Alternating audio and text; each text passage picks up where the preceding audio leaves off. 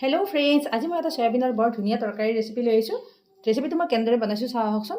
প্ৰথমতে মই এটা বাতি লৈ লৈছোঁ। ইয়াতে সয়াবিন কেইটা উলিয়াই লৈ গৰম পানী দিছোঁ। তাৰপিছত মই ঠাণ্ডা পানীৰে ৩-৪বাৰমান ধুই লৈছোঁ।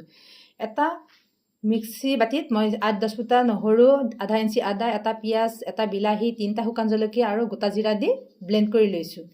এতিয়া মই তেলত লং, দালচেনি, ইলাচিৰ লগত তেজপাত দি পিঁয়াজখিনি দি লৈছোঁ। এইখিনি 1 মিনিট সময় ভাজি লৈছোঁ।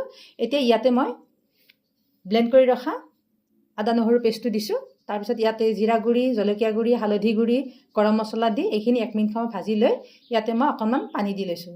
লগতে অকণমান নিমখো দি লৈছোঁ।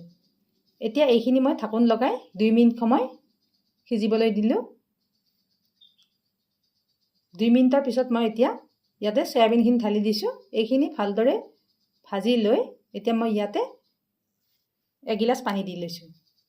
এইখিনি মই ঢাকোন লগাই 4 পৰা 5 মিনিট কুক হ'বলৈ দিম।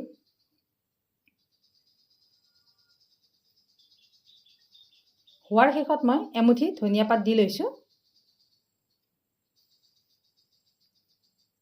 এয়া ৰেডি। আজিৰ ভিডিঅ'টো যদি চাই ভাল লাগিছে এটা লাইক কৰিবলৈ নাপাহৰিব।